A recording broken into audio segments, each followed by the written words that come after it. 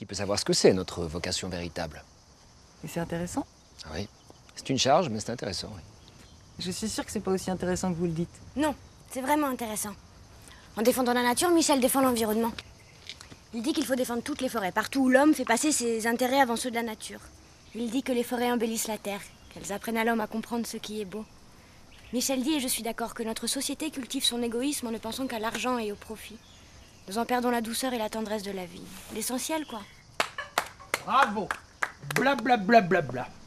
Excusez-moi, mais moi je crois au progrès qui soulage le travail de l'homme et qui augmente la productivité. Mais ton progrès, il pollue l'eau. J'aime pas les gens. Il y a longtemps que j'aime plus les gens.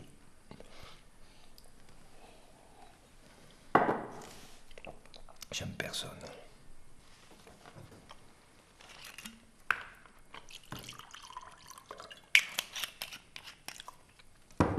Non, bois pas, s'il te plaît. En quel honneur. Ça te ressemble pas. Tu es charmant. Tu as une voix si tendre. Pourquoi tu veux ressembler aux gens banals qui boivent et qui jouent aux cartes? Fais pas ça, s'il te plaît. Pourquoi tu te détruis toi-même?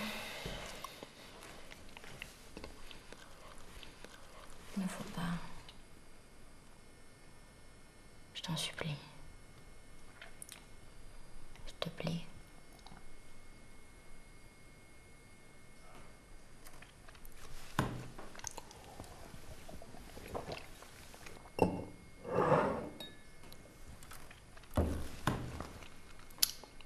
Je pourrais plus. Donne-moi ta parole. Parole d'honneur. Je te remercie. Basta. Tu l'es saoulé. Je suis parfaitement lucide et je le resterai jusqu'à la fin de mes jours. Bon. Qu'est-ce qu'on disait? Ah ouais, j'ai vieilli. Je me suis tué au boulot. Je suis devenu vulgaire. J'aime pas les gens. Et j'aimerais plus. Voilà.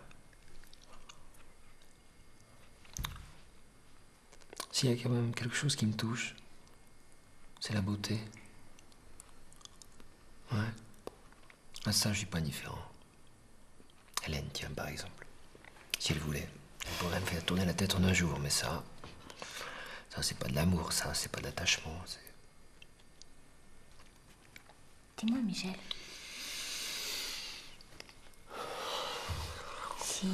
Si j'avais une amie ou une petite sœur, et disons que tu apprennes, enfin, mettons qu'elle t'aime, ça te ferait quoi? Je sais pas. Sans doute rien. Moi, je vais faire comprendre que l'aimer, je peux pas. Puis...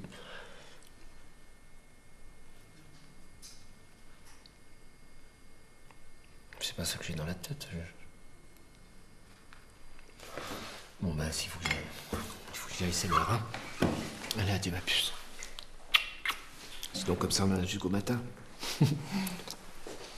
Si tu permets, je passe par le salon, j'ai peur de tomber sur ton oncle.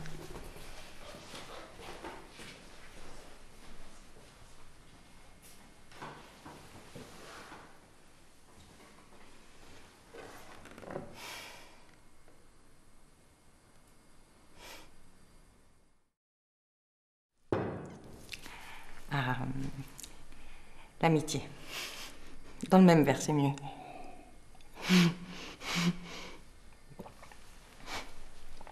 On se tutoie. On se tutoie. Je voulais faire la paix depuis longtemps, mais... je sais pas, j'avais honte. Tu m'en veux parce que j'ai l'air d'avoir épousé ton père par calcul. Je t'en fais le serment, je me suis mariée par amour. J'ai été séduite par un homme tellement savant, tellement célèbre. L'amour n'était pas véritable, une apparence, mais moi, à ce moment-là, j'avais l'impression qu'il était. C'est pas de ma faute. Dis-moi, en toute conscience comme une amie, est-ce que tu es heureuse? Je le savais. Encore une question. Michel, il te plaît? Oui, beaucoup. Tu vois, il est parti et moi j'entends encore sa voix et ses pas. Je te parais bête. Dis-moi quelque chose sur lui. Quoi? Je sais pas. Il est intelligent, il sait tout faire, il peut tout faire. Il plante des arbres, il soigne les gens. Non, ma chérie, comprends-le. Il ne s'agit pas des forêts et de la médecine, il s'agit d'un talent. Il plante un petit arbre et il se demande déjà ce que ça donnera d'ici 1000 ans. Il voit déjà devant lui le bonheur de l'humanité. Mais les gens comme ça sont rares. Il faut les aimer. Bon, il boit. Parfois un peu grossier. Mais alors... Je te le souhaite. Tu mérites d'être heureuse. Moi, je suis morne. Un personnage épisodique. Pourquoi tu ris? Je suis heureuse. Heureuse. Je jouerais bien quelque chose maintenant. J'ai envie de jouer. Ah oui, joue. J'arrive pas à dormir, joue. Ton père est malade. Quand il ne dort pas, la musique l'énerve. Va le voir s'il se sent bien, je jouerai. Tout de suite. Va.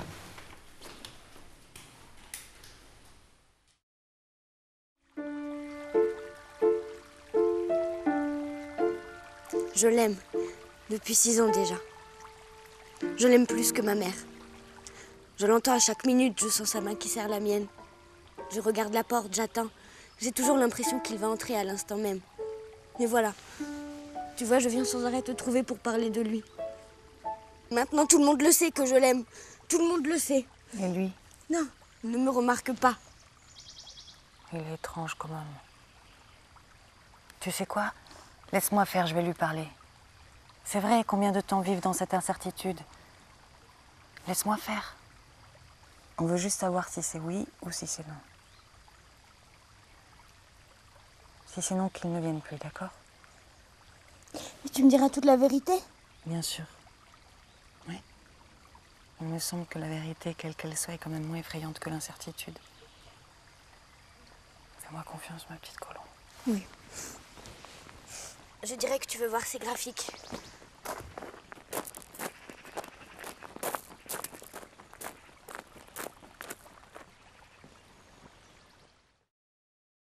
Qu'il aille vivre au village ou dans les communs, sans quoi c'est moi qui vais déménager. Mais rester avec lui dans la même maison, c'est impossible. Nous partons d'ici aujourd'hui même. Il faut absolument donner des ordres tout de suite. Il faut être charitable. Papa, oncle Jean et moi, nous sommes si malheureux. Souviens-toi, on travaillait sans répit. On avait peur de dépenser le moindre sou pour nous-mêmes. On t'envoyait tout, on ne te voulait pas. Alexandre, je t'en supplie, va t'expliquer avec lui. Laisse-moi. Sophie, ton oncle a pris une petite boîte de morphine dans ma pharmacie de route et il ne veut pas me la rendre. Dis-lui que c'est pas malin à la fin et que j'ai pas le temps, moi. Il faut que j'y aille. Oncle Jean, tu l'as prise, la morphine?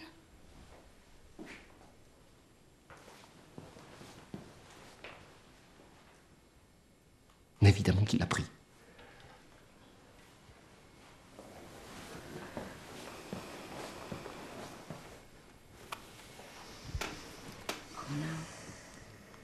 Pourquoi tu nous fais peur? Roland. Je ne suis pas moins malheureuse que toi, peut-être. Pourtant, je ne suis pas désespérée.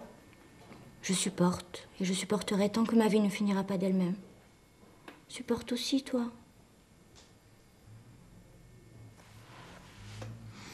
Rends-la. Tu as bon cœur et tu vas la rendre. Supporte, mon oncle. Supporte.